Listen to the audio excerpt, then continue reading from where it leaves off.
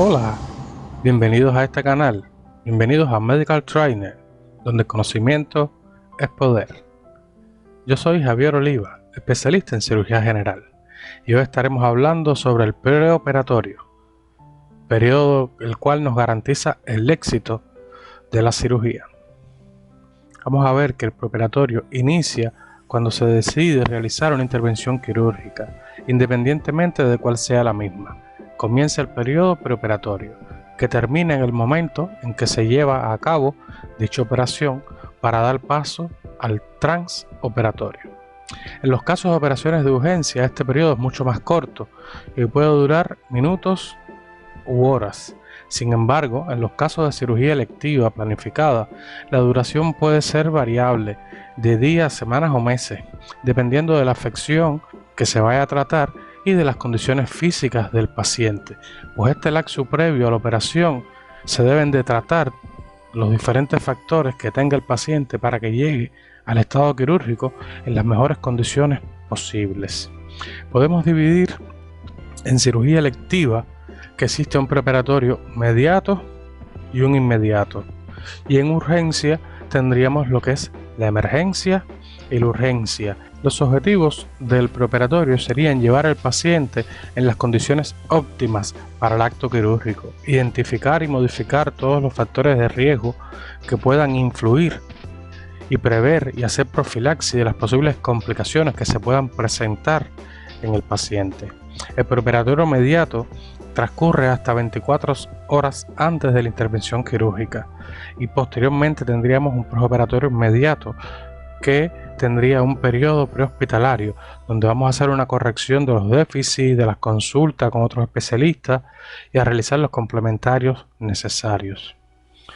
Hay diferentes aspectos que vamos a tratar en este video, los que hay que tener en cuenta en el preoperatorio. El estado psíquico del paciente es muy importante. El paciente debe estar preparado de forma que esté convencido de las necesidades de la operación que se le va a realizar y tenga la máxima confianza posible del buen resultado. Para esto debe tener confianza en el personal que lo atiende, ya sea los médicos, las enfermeras y el resto del personal de salud. La estimulación simpática prolongada por el estímulo emocional tiene un efecto catabólico perjudicial. ¿Qué quiere decir?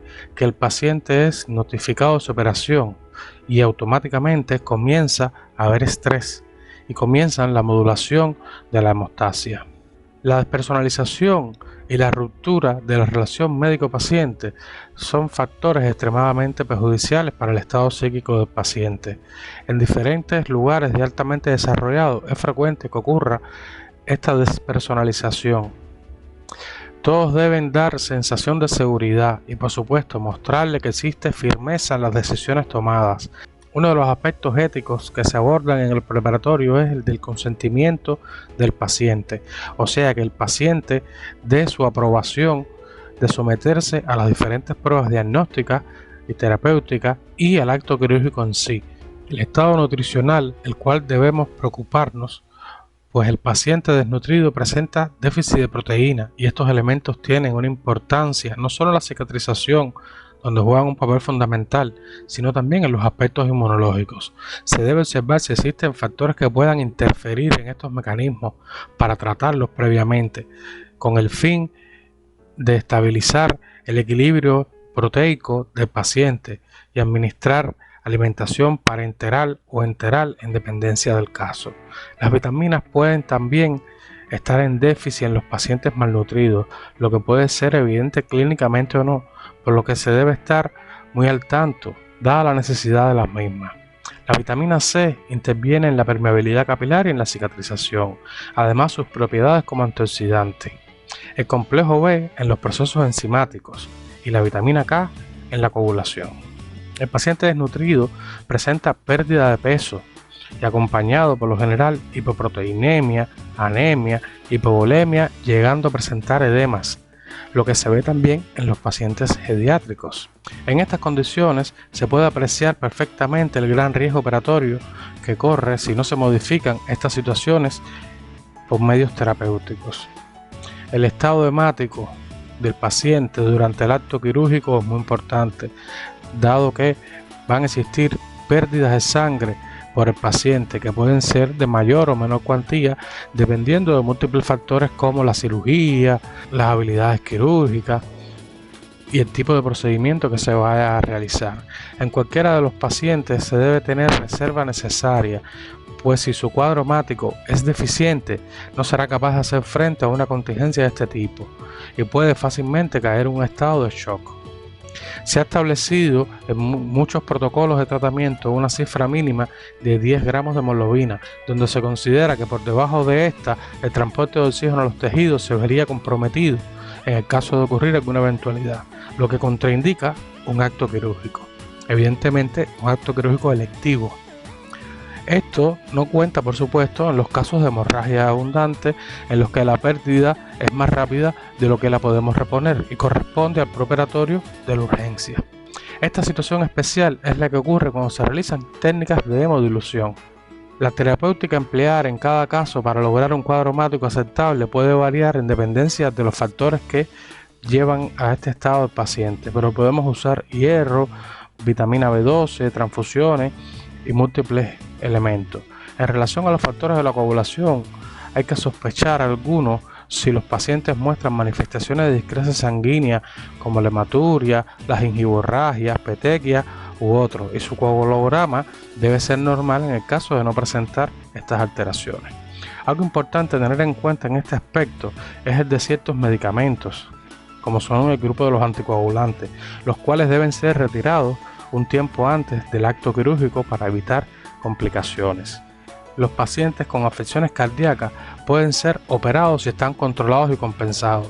Todo paciente que esté programado para una intervención quirúrgica debe ser motivo de un minucioso examen físico o interrogatorio referente al aparato cardiovascular y, si fuera necesario, auxiliarse de investigaciones como el electrocardiograma, ecocardiograma, pruebas de esfuerzo, etc. La hipertensión leve o moderada no constituye un factor de riesgo. Sin embargo, en las que se encuentran descompensadas o son de un carácter severo, el riesgo de isquemia y arritmia es alto. Los pacientes con enfermedades coronarias tienen un riesgo cardiovascular perioperatorio del 1.1% comparado con un 0.7% de los que no tienen afecciones coronarias.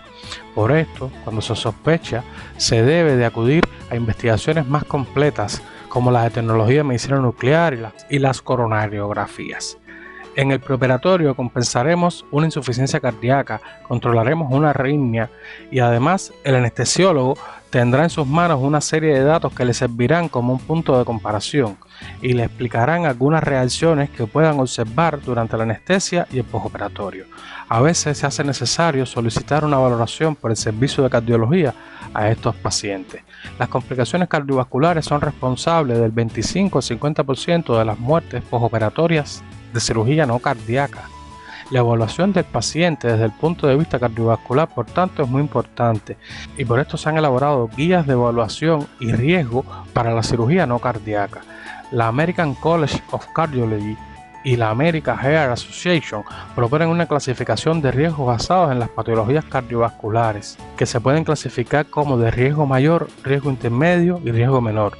Asimismo, de acuerdo al tipo de intervención, como riesgo de complicación cardiovascular, es decir, un infarto, proponen que el riesgo alto es por encima de un 5%, el intermedio por debajo del 5% y el riesgo bajo un 1%.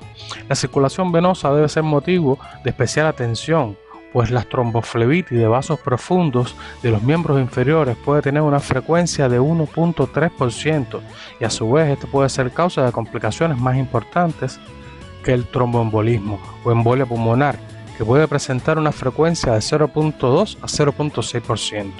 En el preoperatorio se debe hacer la profilaxis de estas complicaciones, poniendo bandas elásticas en los miembros inferiores si existen varices de los mismos. Se pueden usar también como profilaxis del tromboembolismo pulmonar los anticoagulantes como el tipo de la heparina y puede ser de bajo peso molecular. Existe una frase en medicina que dice que los pacientes quirúrgicos se saludan por los pies. El aparato respiratorio es muy importante, dado que muchos de los pacientes que serán operados recibirán anestesia general endotraqueal, sobre todo en las intervenciones de tórax. Además, pueden presentar afecciones respiratorias crónicas y especialmente si son fumadores, estos pacientes. Casi siempre por el examen físico y el interrogatorio se pueden detectar anormalidades, pero es necesario, sobre todo en pacientes bronquíticos crónicos, pediátricos o hipoxianos, realizar estudios de tórax, estudios imagenológicos como el rayos X de tórax, pudiendo llegar a ser necesario la tomografía. Estos estudios sirven como diagnóstico para descubrir patologías presentes y también es un documento de valor comparativo por si surgen complicaciones en el postoperatorio. Así podríamos comprobar los rayos X previos y postoperatorios. Las pruebas funcionales respiratorias no son obligatorias en todos los pacientes que se vayan a operar, pero sí en los pacientes con cirugía de tórax. Las posibles infecciones del aparato respiratorio deben ser eliminadas con antibióticos, con fisioterapia respiratoria, aerosol y drenaje postural en el caso de excesos pulmonares y a veces utilizando broncoscopías para aspirar estos accesos. La enfermedad pulmonar obstructiva crónica o EPOC tiene un mayor riesgo de presentar complicaciones respiratorias postoperatorias y se pueden beneficiar de tratamientos perioperatorios con broncodilatadores, antiinflamatorios y antibióticos. Se debe señalar también que existen afecciones a las que no se les presta mucha atención, como la sinusitis y la amigdalitis, que de no tratarlas previamente pueden dar complicaciones en el postoperatorio. Los factores de riesgo son varios. Aquí podemos ver que un paciente con tos productiva, con anestesia de más de 3 horas, con un estado nutricional malo, con síntomas de enfermedad respiratoria, obeso, fumador, de la tercera edad, pueden presentar mayor posibilidades de tener complicaciones postoperatorias. En el aparato digestivo vamos a tener en cuenta desde la boca, la dentadura como parte del aparato digestivo y serán motivos de un examen para eliminar cualquier posible foco de infección que pudiera existir. Asimismo, serán tratadas la presencia de diarrea o vómitos que pueden ser dependientes de la misma afección que requiera la cirugía. En estos casos previos a la operación se debe hacer un tratamiento que controle estos síntomas hasta por lo menos lograr un equilibrio hidromineral adecuado y de nutrición del paciente. Los lavados gástricos en el síndrome pilórico mejoran los vómitos y preparan el estómago para su mejor resección en el caso de ser necesario. En otros casos en que por diarrea y grandes pérdidas lleve el paciente a una desnutrición, será necesaria la alimentación parenteral o enteral por medio de sondas yeyunales o yeyunostomías. Como principio, la alimentación para garantizar la nutrición adecuada debe ser siempre que se pueda de tipo enteral, es decir, a través de la boca, ya que se contribuye a proteger el enterocito y la integridad de la pared intestinal, evitando así complicaciones por translocación bacteriana. En cirugía gástrica y de colon es muy importante el tratamiento local de estos segmentos del tracto digestivo, aunque en la actualidad ya no se recomiendan los enemas evacuantes, pero sí a veces es necesario los lavados gástricos o los enemas cuando se va a actuar directamente en esta zona. Podemos hacer énfasis como en la cirugía de mínimo acceso transrectal, en la cual sí es necesario los enemas evacuantes. Pero ya en estos momentos no se recomienda los enemas para el tratamiento del colon. La función hepática debe ser muy bien valorada en el preoperatorio, pues el hígado es muy importante dada la gran cantidad de funciones que este tiene. En los pacientes cirróticos tiene que estar bien justificada la necesidad de un acto quirúrgico, dado que son pacientes de muy alto riesgo. Debe ser muy bien preparado, tomando las precauciones con la participación de los anestesiólogos para que emplee anestesia adecuada que no contribuya al daño de las células hepáticas. En los pacientes con hipertensión portal deben ser operados de causa ajena y se debe valorar el riesgo-beneficio, y si se decide la intervención se pueden emplear días antes de la intervención para que disminuya la presión portal y evitar así el sangramiento abundante que puede provocar una descompensación hepática. Ya las conductas terapéuticas que se utilizaban en la antigüedad, como las derivaciones portales, ya prácticamente no se usan en ningún lugar por el riesgo que presentan y el poco beneficio. Se sabe bien que en estos métodos también se contribuye a disminuir el riesgo de sangramiento por varices esofágicas que presentan los pacientes. Estas medidas pueden ser con el uso de medicamentos como el propranolol, la somatostatina o sus versiones sintéticas como son el octrótide o el nitrosorbide. También se pueden usar medidas de tipo instrumental como la colocación por vía transyugular de prótesis autoexpansibles a través de una vena suprahepática, creando una comunicación portosistémica. Este procedimiento puede lograr la reducción del gradiente venoso portosistémico a 12 milímetros de mercurio. En el aparato genitourinario es muy importante tener en cuenta las infecciones del tracto urinario. El riñón interviene en forma directa en el equilibrio hidroelectrolítico y ácido básico, que después de una intervención quirúrgica, sobre todo si es de envergadura, tiende a alterarse. Además, es conocida su función de depuración y cobra gran importancia en el postoperatorio. Es por esto que su función debe ser correcta para hacer frente a un acto quirúrgico. Ante la existencia de alguna infección del aparato genitourinario, la intervención será pospuesta hasta que la misma sea controlada. A veces la indicación quirúrgica está dada por estas mismas razones, en cuyo caso se deben utilizar otros medios algo más agresivos para su control. Generalmente en el preoperatorio es suficiente la relación de un análisis de orina y la determinación de creatinina en sangre para valorar el aparato respiratorio, pero también se pueden hacer pruebas específicas de función renal. El sistema endocrino tiene una gran relevancia. Las situaciones más frecuentes que se presentan relacionadas con este sistema son la diabetes y la posible insuficiencia suprarrenal aguda motivada por los pacientes que han estado tomando esteroides por mucho tiempo. Un diabético bien compensado no tiene más riesgo quirúrgico que cualquier otro paciente. En los pacientes que han estado tomando esteroides y por tanto es de suponer que sus glándulas suprarrenales no puedan hacer frente a una situación de estrés, se debe aplicar un esquema de tratamiento según el caso del medicamento, el que hay que ir retirando paulatinamente. En otros casos en que requiera una preparación especial es en los pacientes con hipertiroidismo y que requieren ser operados a veces por su propia afección. En estos casos hay que llevar al paciente a un estado de eutiroidismo con el uso de medicamentos antitiroideos para evitar así una crisis tiroidea o una tormenta tiroidea. El estado de la piel es muy importante y hay que erradicar las dermatitis o dermatosis que se puedan encontrar. Esto con el objetivo de evitar que se lleven gérmenes profundamente que posteriormente puedan causar una infección localizada en la cavidad, pudiendo llegar a ser generalizada. El sistema nervioso necesitamos que tenga un adecuado funcionamiento. El mantenimiento de una adecuada función cerebral se logra a través de una buena oxigenación y circulación sanguínea. Debe destacarse la posibilidad de una enfermedad cerebrovascular oculta. El preoperatorio inmediato es el periodo de tiempo que media desde 24 horas antes del acto quirúrgico y donde se deben tomar diferentes tipos de medidas.